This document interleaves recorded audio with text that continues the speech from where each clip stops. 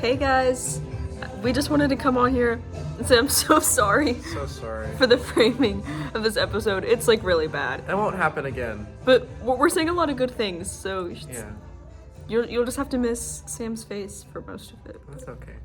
I think everyone will live. Okay. Welcome back to Real Talk, everybody. We're so excited for today's episode. We survived the snowstorm, and now we are here to discuss the most anticipated movies of 2024. It's going to be a very interesting year, and I'm so excited for it. Mallory Long, which movies are you excited for?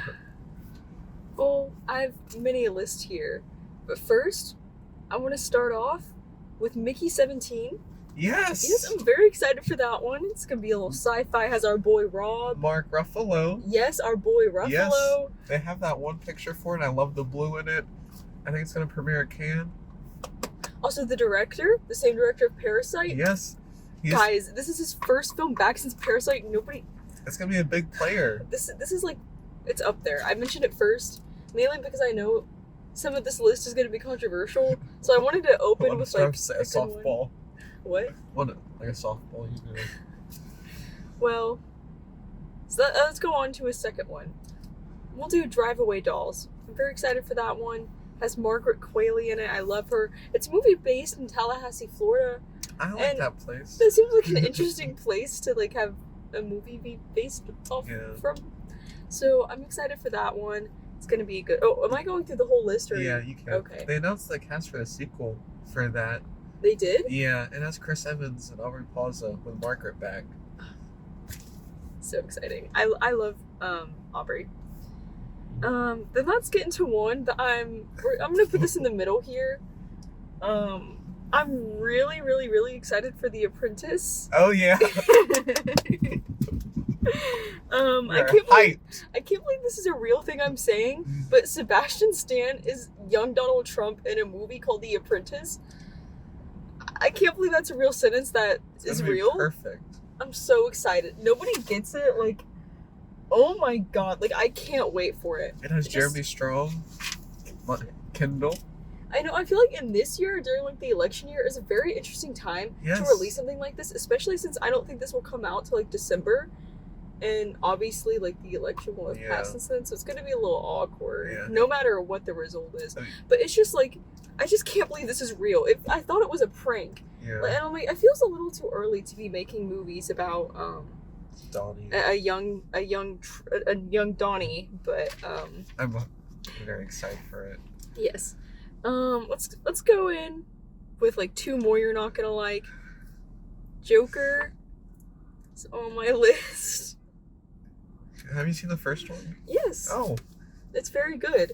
And my reasoning, I put why I was excited for this in my notes, was nothing but Gaga in all caps underlined. So I'm very excited that Lady Gaga is going to be in it. I thought she was very good in A Star Is Born. Yes. Yes, I'm very hyped for her performance in that. Let's go ahead. Garfield. I'm very excited for Garfield. I really enjoyed Garfield in my youth, so I think this will mean a lot to me. Don't love the voice actor choice, but we don't have to talk about that. Yeah. My favorite food is like lasagna, so I think I'll relate. Your favorite food is lasagna? Yeah. I didn't know this. It's incredible. I love lasagna. Okay, anyway. The Outrun has my girl Saoirse Ronan. Oh yeah. Yes, the pictures look so good. I can't wait. She's getting awards buzz. Yep. People are saying that it's like her best role yet, so we'll see. Recovering alcoholic. My favorites. And then an honorable mention I want to look out for that I'm like not really that hyped about, but I'm hyped because it's going to be interesting, is Civil War. Yes. A24, their first big budget film. 75. This could either be really, really bad or it could be really good. Plus they have my girl, Dunst. So I'm very excited for that. It has Nick Offerman too. Another movie affected by the election cycle. I think it's going to be so incredible. It comes out April 14th. And then last honorable mention, I feel like I've done way more than 7 at this point. I'm very excited for Presence. Oh yeah. Another A24. Steven Soderbergh, big fan of that guy. Whenever he used his iPhone to make High Flying Bird, that's crazy stuff. And Julia Fox is there, so. I'm a big fan of Steven. I think the Ocean's trilogy is perfect. He's gonna be great. Now that I've rambled on. Your list was so good. I loved it. I was expecting you to hate it because I have like Garfield and like Joker. I liked it. My list. First one is Horizon. Oh. It's about. That's like a very high pitched. Oh. It's about the Civil War, America during that time. It's 4 different movies. So much America movies this year. I love America. What can I say? A little patriotic today. No, but it's 4 different movies. The budget's like $200 million. He completed 2 of them. He's struggling to find financing for the next 2. So hopefully a lot of people will watch this one. It comes out in June. And then the other 2 can get made. Kevin Costner is my guy.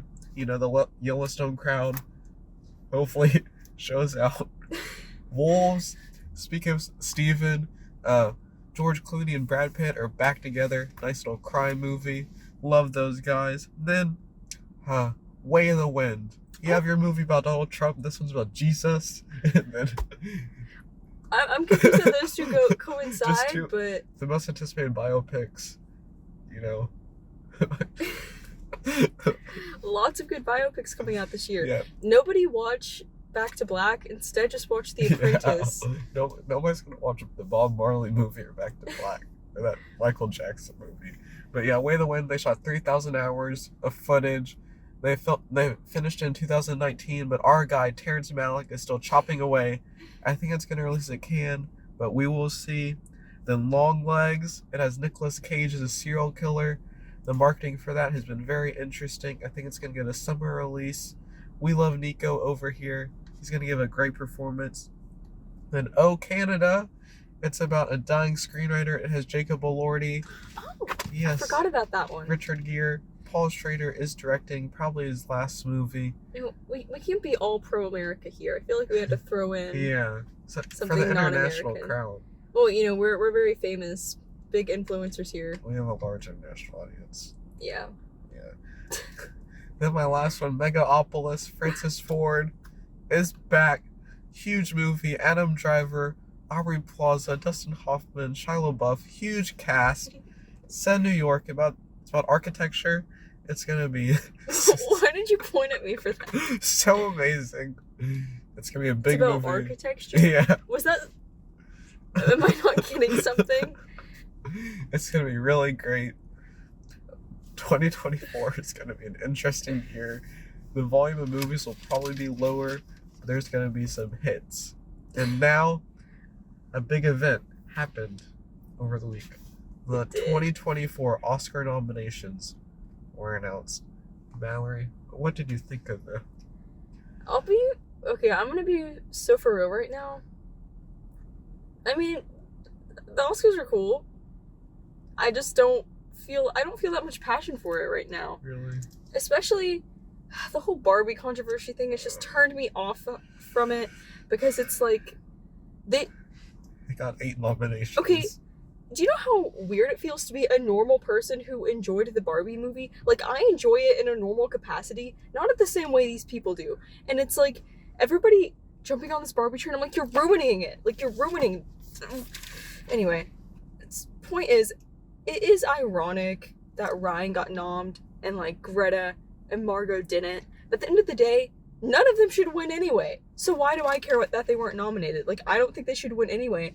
And also, it makes me sad that, you know, they're all like women. They're not like Margot didn't get voted in. I'm like, okay, let's focus on the actresses who were, because they all had amazing performances too. So why don't we stop focusing on Margot, start talking about Emma Stone. Let's start talking about, you know, literally anything. Sandra. I mean, I don't care. I'm done with Barbie. I'm freaking done with it.